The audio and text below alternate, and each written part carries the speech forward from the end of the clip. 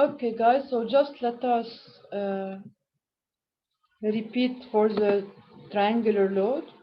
So for the triangular load, as we said, it's at 1/3 from the base. Okay, so it's equal to 150 in magnitude, and it is located at 1/3 from the base. So this is the base of the triangle. This is my triangle. Okay, so this is my base. I should be at the total height here is 6. So if I am at 1/3 from the base, this means that this distance here is 2 feet. Okay, so this is 2 feet. And for my rectangular load, I replaced it by a force that is passing by the center of the rectangle. It's equal to 300 in magnitude, and this distance is 3 feet here. From here to here, I have 3 feet. Okay, now I will reduce the system at point B. So now I converted my system from distributed load to concentrated forces. Okay, so I have here 200, and it's at 2 feet from B. Now to reduce at B, first I should get the resultant force. Okay, the resultant force is the summation of my forces. Here, because I have forces not all parallel, I should divide into x and y components. So let us say this is x and this is y. So x and y. First, as we said, we should know the direction of the inclined force. We have seen together that the angle here between the inclined forces and the horizontal is 30 degrees. Okay, so since this angle is 30, I can do the projection on x easily. So this is 30 degrees. So now the resulting force along x, F resultant along x, is equal to first plus 300 cosine 30 and plus 150 cosine 30. Okay, this will give me the resultant force along x. Now F resultant along y is equal to minus 200 minus the projection of the 300 force along y is minus 300 sine 30. So minus 300 sine 30. And the projection of the second force is minus 150 sine 30. Now I know the x and y components of my force at B. Okay, I have a positive x component, negative y component. So I can represent here on my figure F resultant at B. It will be like this. It will have a positive x, negative y component. And if I want to know theta, okay, I can simply do tangent minus 1 of the absolute value of FRY over FRX. I get this angle. Okay, now for the resulting moment about point B. So now I want to find, since I want to reduce to B, I should find what is the resulting moment about B. So let us select together a positive direction for the moment. I will take the counterclockwise direction as positive. So this is my positive direction. I have first, for the 200 force, it's rotating counterclockwise about B, so it's a positive moment. And I should multiply by the distance, which is 2. So first it is plus 200 times 2. And then for the other forces, it is a little bit more complex. Okay, so let us start with the 300 lb force. We will decompose it into x and y. We already have the x component and y component. So I will find the moment of the x component separately and the moment of y component separately and add them.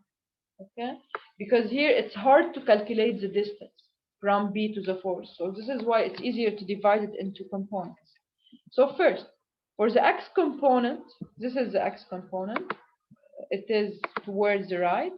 This is its line of action. So we know that we should multiply the force by the distance. So I do a perpendicular from B to the line of action of the force. Okay, this distance is, you can calculate it easily because it's equal to this distance. And since you know here the angle here is 60 degrees, and you know that the distance from here to here is 6 over 2, it's 3. Okay, so I know that the hypotenuse is 3, and I know that the angle here is 60 degrees. So all I have to do to calculate the distance is to say that this distance here, d1, is equal to 3 times sine 60. Okay, so I should multiply the x component by 3 sine 60. Now, is it a positive or negative moment?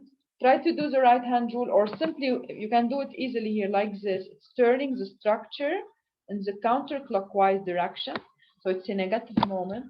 Okay, so it's a positive moment, so it's plus frx, which is frx is 300 cosine 30 times the distance, which is 3 sine 60.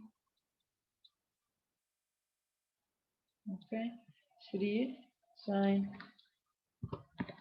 60.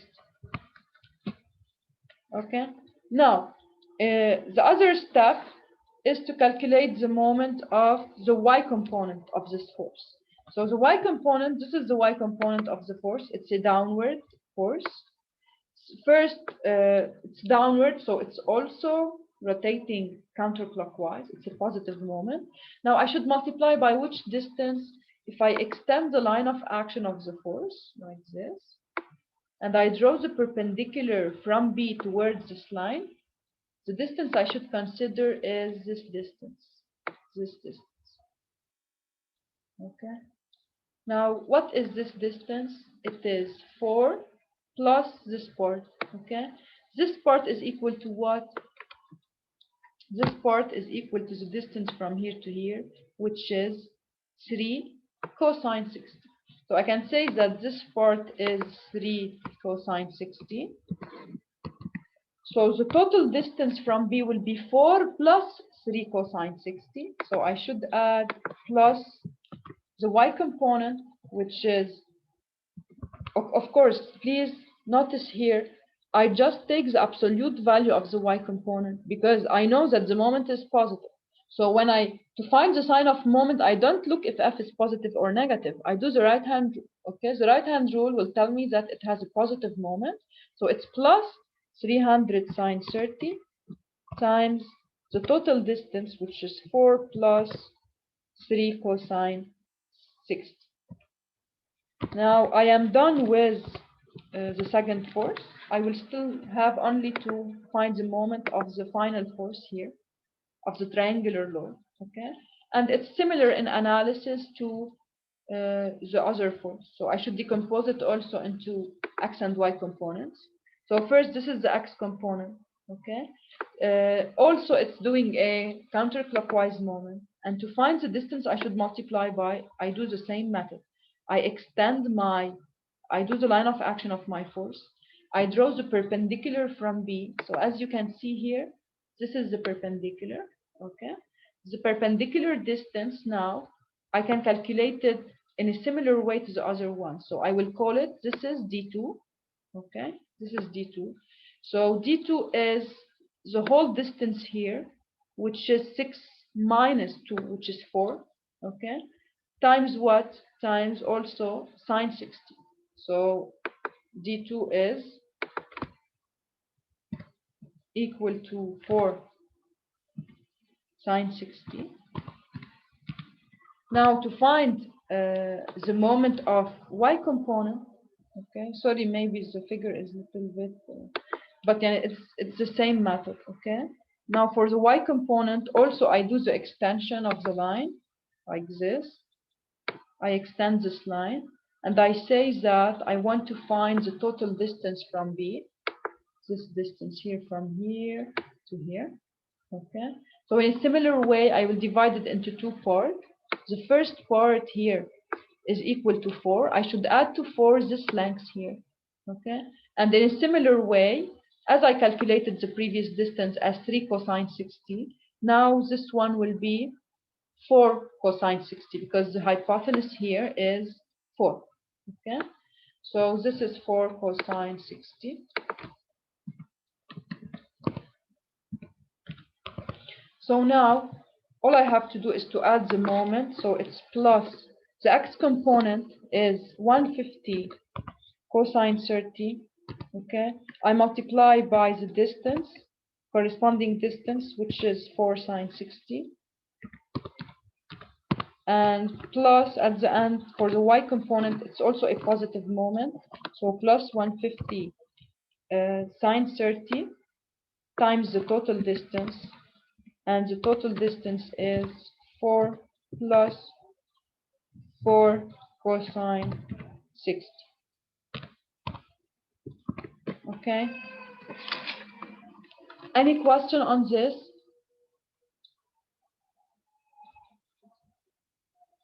Do you want me to repeat anything here if something is not clear?